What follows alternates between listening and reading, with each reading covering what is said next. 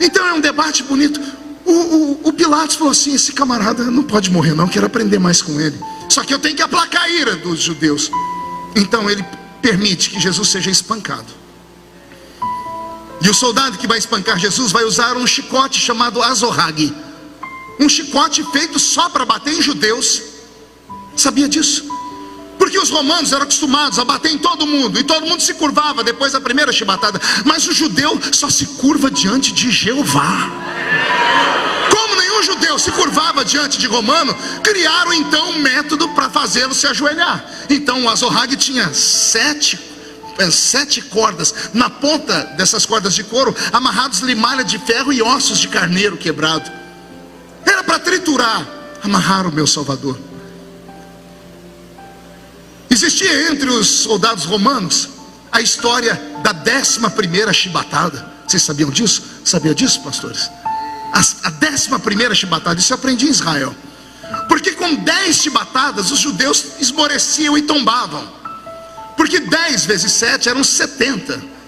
Quando eles tomavam 10 chibatadas, já tinham tomado 70 chibatadas. E não há homem que suporte isso. Então eles que estavam eretos, porque não se curvam diante de ninguém, as pernas esmoreciam e eles tombavam. Quando tombavam, a 11ª chibatada, ela não pegava mais no mesmo lugar. Porque o soldado que está batendo, ele não mira, ele vai batendo no mesmo lugar. Tem que bater no mesmo lugar até a pessoa não aguentar. É como numa luta de Street Fighter. Você bate onde a pessoa está sentindo dor. Vão batendo. Na 11ª chibatada, como Jesus tombou, não pegou nas costas, pegava no pescoço, no rosto, nos olhos, no peito. E os soldados então escutavam um urro, um grito de dor, e aquilo para eles era o melhor. O meu Jesus está sendo triturado. Pilatos está num canto olhando, porque Jesus tomou uma quarentena de açoite menos uma, diz o apóstolo São Paulo.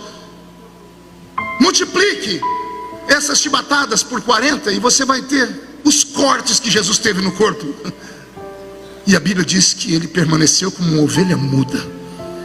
Eu perguntei para ele um dia: por que o senhor ficou em silêncio tanto tempo? Ele disse: para vocês poderem gritar à vontade na igreja.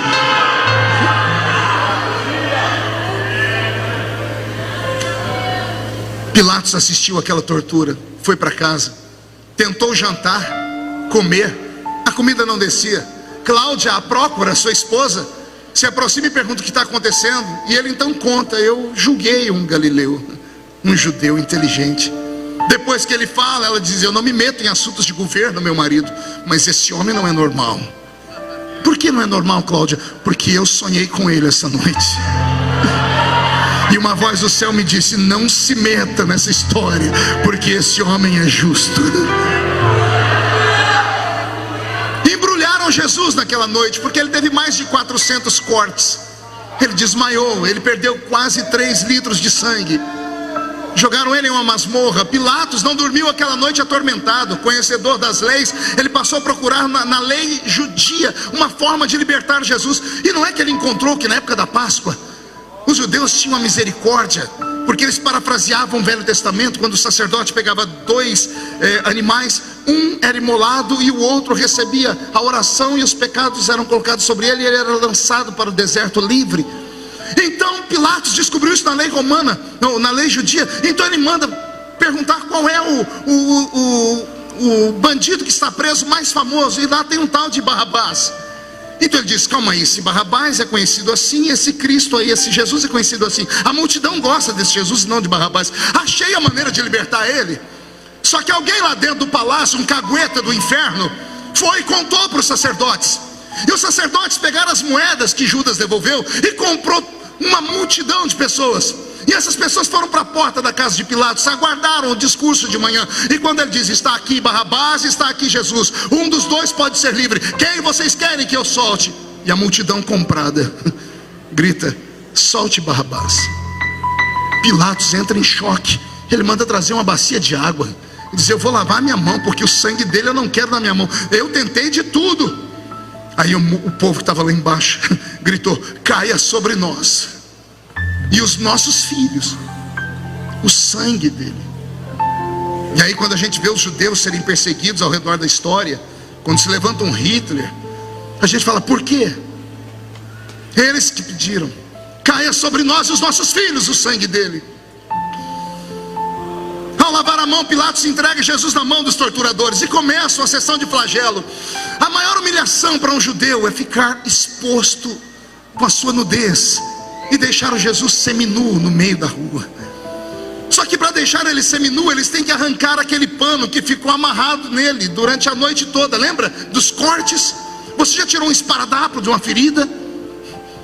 Imagina tirar 400 esparadrapos de uma vez, porque puxaram de uma vez. O corpo dele se retesa, se abre, ele sangra. Coloca uma coroa de espinhos que tinham de 13 a 15 centímetros, capaz de furar a madeira de acácia, que era a madeira usada, por exemplo, para fazer a arca da aliança. Imagine isso no corpo humano. Colocaram a coroa e espancaram para que a coroa fincasse nos supercílios das orelhas, no couro cabeludo. Colocaram o patíbulo da cruz sobre os seus ombros.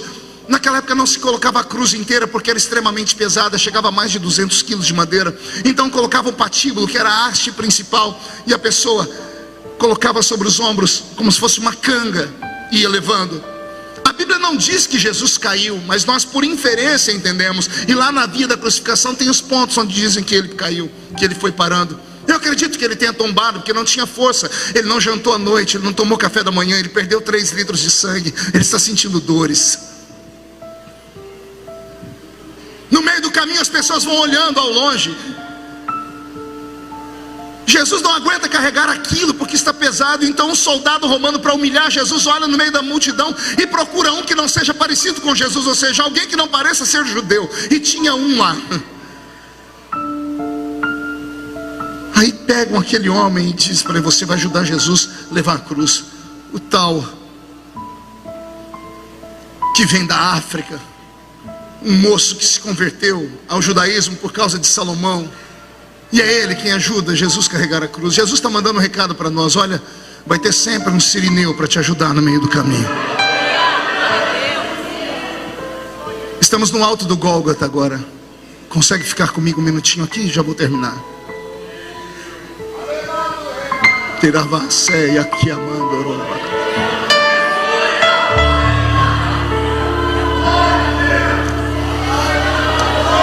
O patíbulo encontra a haste. A haste e o patíbulo formam a cruz. A cruz era preparada 5 dias antes. A cruz tinha o tamanho do crucificado. Como Jesus foi julgado na noite anterior, aquela cruz não era dele. Como a cruz não era dele, a cruz não tinha o tamanho dele. Por isso que o salmista disse: esticaram o meu Senhor. Pregaram uma mão, a primeira mão deu certo.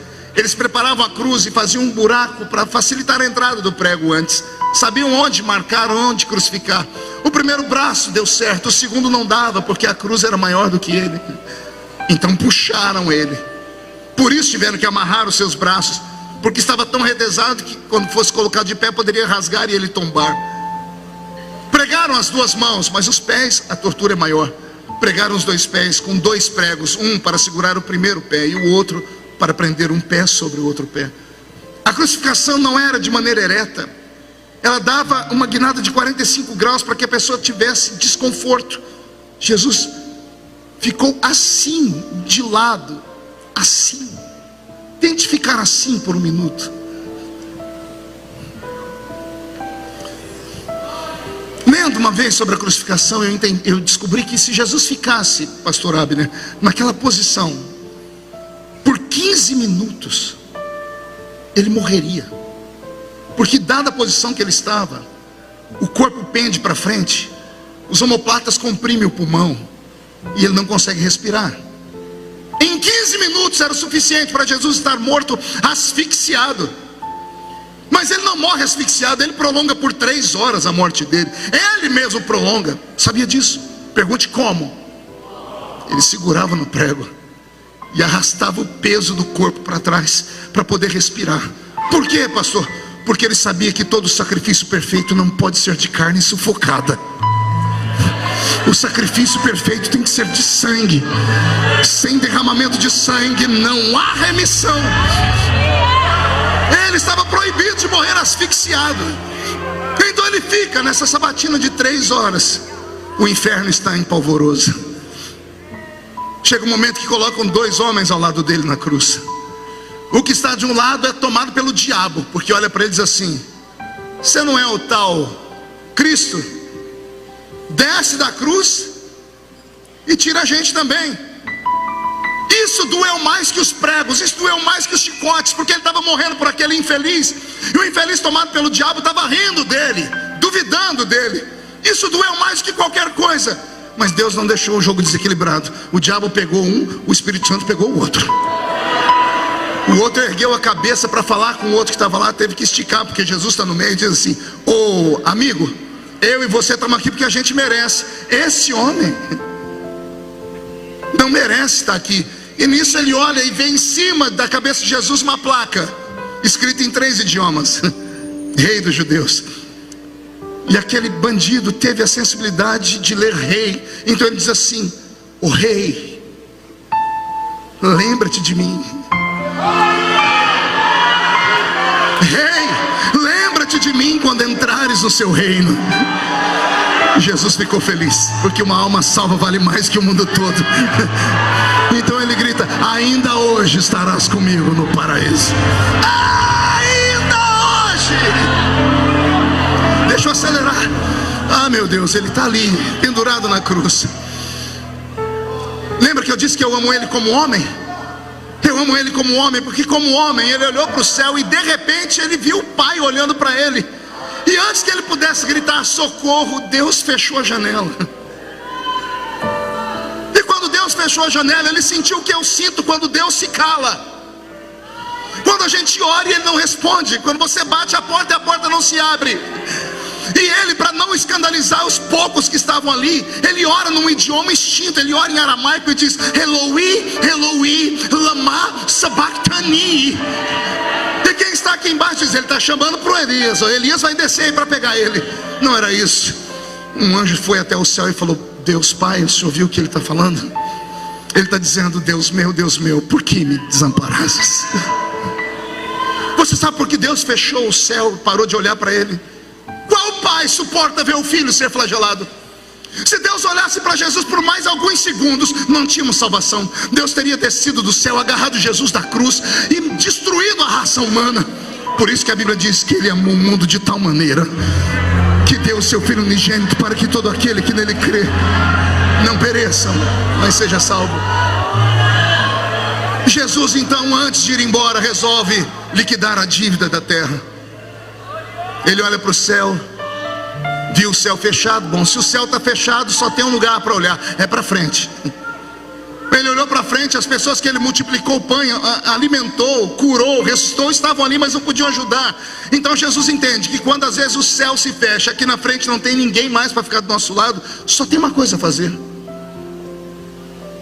é entender que acabou. Então ele abaixa a cabeça, olha para baixo, símbolo de derrota.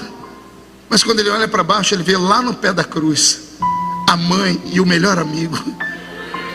Olha o recado que ele está dando: quando todo mundo te abandonar, lembre e dê valor na família, porque a família nunca vai te deixar, é a única que fica do seu lado, que vai te visitar no presídio. Honra teu pai e tua mãe. E quando ele viu que a família estava do lado dele, o amigo, o melhor amigo, estava aqui dizendo: não interessa o que estão falando, não importa o que estão te acusando, eu te conheço, eu não te julgo, você não precisa explicar nada para mim, eu estou com você até o fim. Isso é o papel do verdadeiro amigo. Quando Jesus percebe tudo isso, ele olha para a mãe, para João, e diz: João, então cuida da minha mãe. Ele olha para frente e diz: Pai, perdoa eles, porque eles não sabem o que fazem. Ele vai liquidando as contas, ele vai tendo uma cura emocional, ele vai liberando perdão, ele vai tirando a mágoa, ele perdoa aqueles que ofenderam ele. A cura está nisso: libera o perdão, perdoa, perdoa. E quando ele se alivia, ele olha para o céu e diz: está tudo pronto. E ele diz: consumado está.